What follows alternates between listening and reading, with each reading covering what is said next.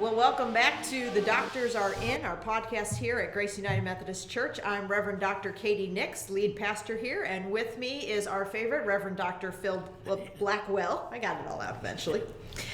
And it's been quite a podcast series. We kind of talked about the history of the United Methodist Church and where did this word Methodism come from.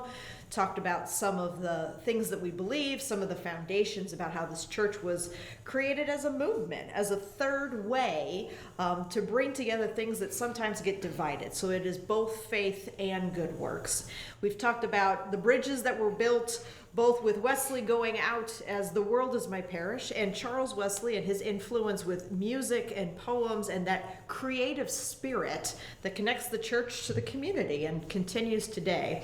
Which brings us here to our fourth episode that we're going to kind of look at the reality and the elephants in the room. A lot of times, if people have never been in a Methodist church, they may know about the word Methodist because we've been in the news recently, and not always for good reasons.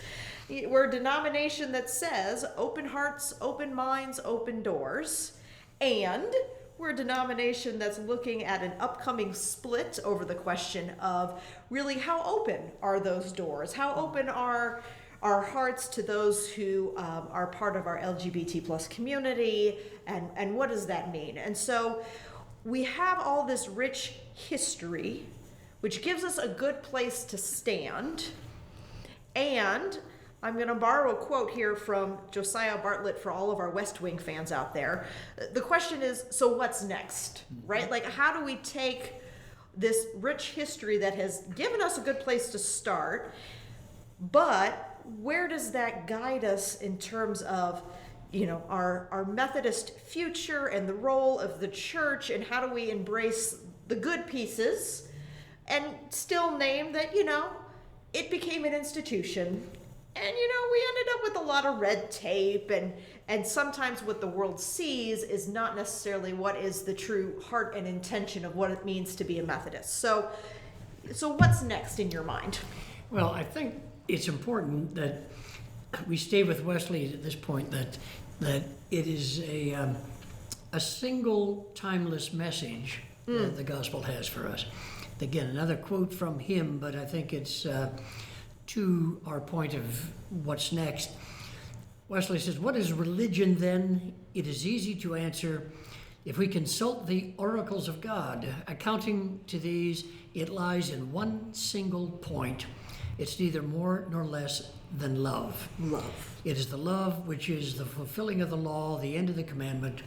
Religion is the love of God and our neighbor, that is, everyone under heaven." So, what shapes love today in terms of the actions that we have? And you talked about the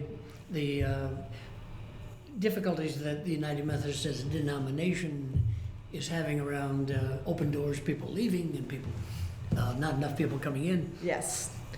But that's been the history of every denomination, including Methodism, when it finally got started as a denomination. It started over here in the United States, not in England, because of the Revolutionary War, and the British went home and they took their church with them. Yeah, we did pretty good on that one, at least on this side. side. Yeah, that was the last good one probably, but they had that left Methodist Church of England folks in the new Sheep country. without a shepherd. Yeah, and so Wesley, without authority, began to appoint ministers to come to the new United States. That's where Francis Asbury and some others came. So Methodism became a denomination in spite of itself. Once again, humans take a good thing and we turn it into an institution. Well, but then it began to change because there were issues around slavery, and you have the American Methodist Church, the AME Church, the AME Zion Church, the Church of the Nazarene. You have a lot of things that begin to grow out of Wesley's base, and that'd be true for every denomination in the United States. So if the Methodists are splitting over various issues, including around gender identity, it's part of a long history of always continuing to discern where God is leading us next. And yes. Presbyterians have done it, the Lutherans have done it, the UCC has done it. See, we're just Here the we- cool kids. we're That's just- what it comes down. All the cool kids always No, splinter. Yeah. we're just slow.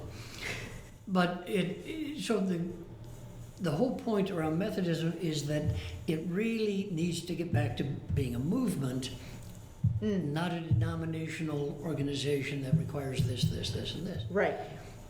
And we see in our own country that the basis upon which the denomination was formed 150 years ago isn't there anymore. Part of the basis was that there are communities in our country where people live and they get born there, they live there, they die there. And so my first church was a farming community of 431 people. And they all knew each other, and the chair of the committee told the district superintendent after a couple of years, "You can't have them, we're not done with them yet." Because they saw themselves as a formation Yeah. church. Okay, I don't know if that town still exists. And people have become so unsettled in the sense of people moving around. Now the people are transient, and Yeah, the pastors stay longer. Yeah, and so even the assumption that institutional churches with buildings, as we've discovered with Yeah. the merger here with, University United Methodist. yeah, Yeah. what are we going to do next, and what are our priorities, and where do we use our money, our time, our effort, and let's ask not as an assumption that we know the answer, but if you don't ask those questions, you're never going to be embracing the love of God. And I think in some ways that also makes it kind of brings us back to the very heart of what was this Methodist movement, is the idea is that the church is always changing, and we don't have these conversations out of a spirit of fear, right? I mean, John Wesley didn't have an appointment. He had people calling him very scandalous things, and never was this supposed to be something out of fear, but always something out of love, right? And I think that can be where we begin to have these conversations today, and why we need to keep having these conversations, because the whole Methodist movement was always, what's God doing next? It was, okay, at the time, God is calling us out to the fields and the coal mines, and does it mean today then God is calling us onto podcasts and the internet? I mean, I never saw myself doing this, and yet here we are, the idea that the gospel is bigger, God's grace is bigger, and if this is a place where you don't have to meet a certain set of requirements before you're welcomed into the family. In many ways, that's one of our greatest strengths and gifts to the community. Let's fall back onto that even more as we look to the future. One of the things that the Methodists did early on in this country was to start colleges, universities.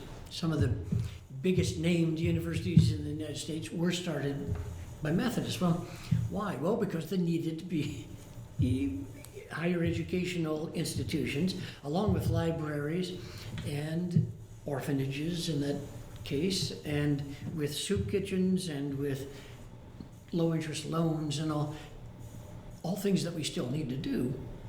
But they were done not in order to impress anybody or to impress God. To get more people to come on Sunday morning, to sit in the pew, to give money. You're right. It's a bigger understanding, and I think this is kind of where Wesley comes in. It was always a bigger understanding of what is the church.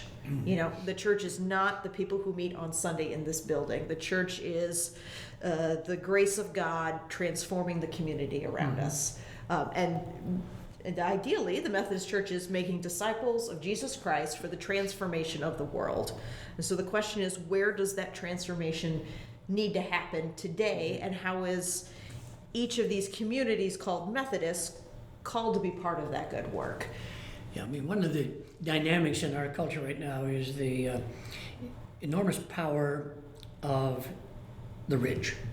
I'd love The to rich have are that getting power, rich. but I Well, sure don't no, have you're it. You're not even close. Yeah, not as a pastor's salary, no. No, and the way in which money is given to political candidates, Yeah. the way that online services are being co-opted.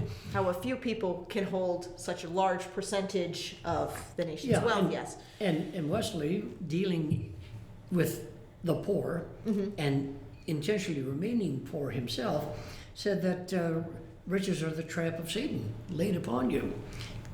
But what if you really like those traps of Satan? Then you've got your own life. Tune in for next week's sermon about that one. Yes, go ahead. But he talked about the temptation of riches, and he said, look, gain all you can because you're going to be industrious workers.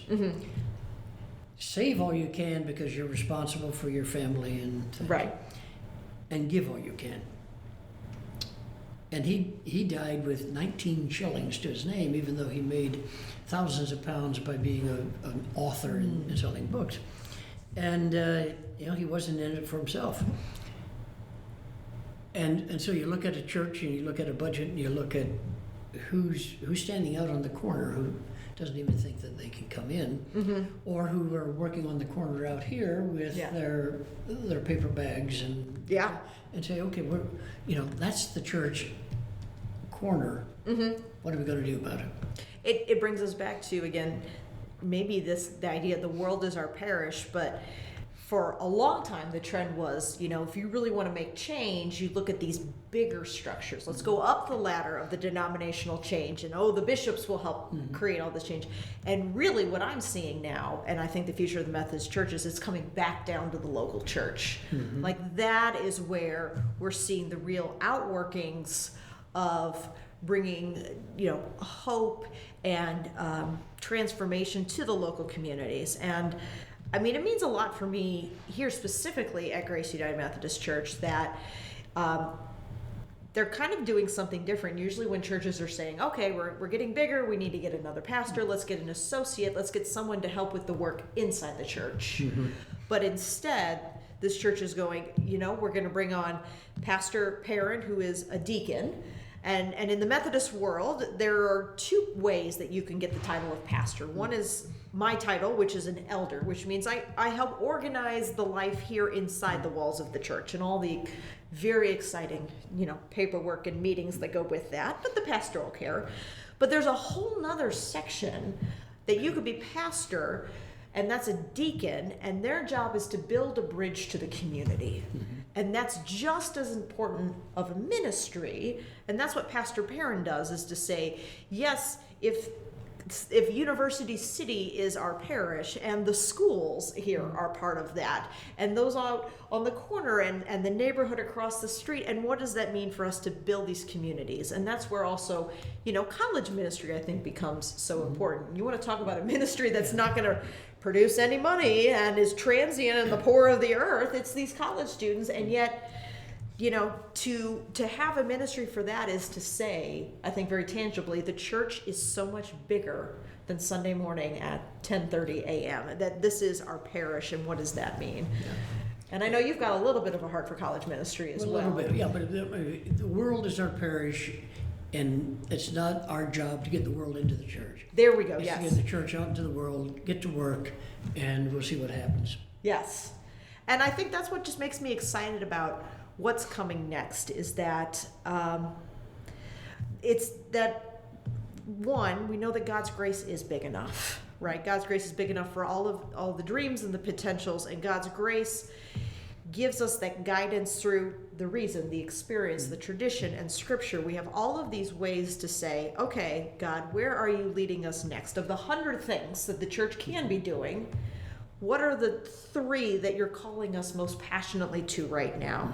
And that just makes me excited, right? I think feeling like there's a lot in the world that takes away my joy and frustrates me, that here in the Methodist Church, as contrary as it sounds, I have hope. And so I think that's kind of where we are. What's next? I don't know, but I'm excited to find out. Okay. And so we hope you've enjoyed this podcast and starting to find out a little bit about what it means to be part of the Methodist Church, or what it means to be here, and where we could go next. And we hope it starts to spark conversation, sparks prayers and hard topics and all sorts of things to say, what's God up to next?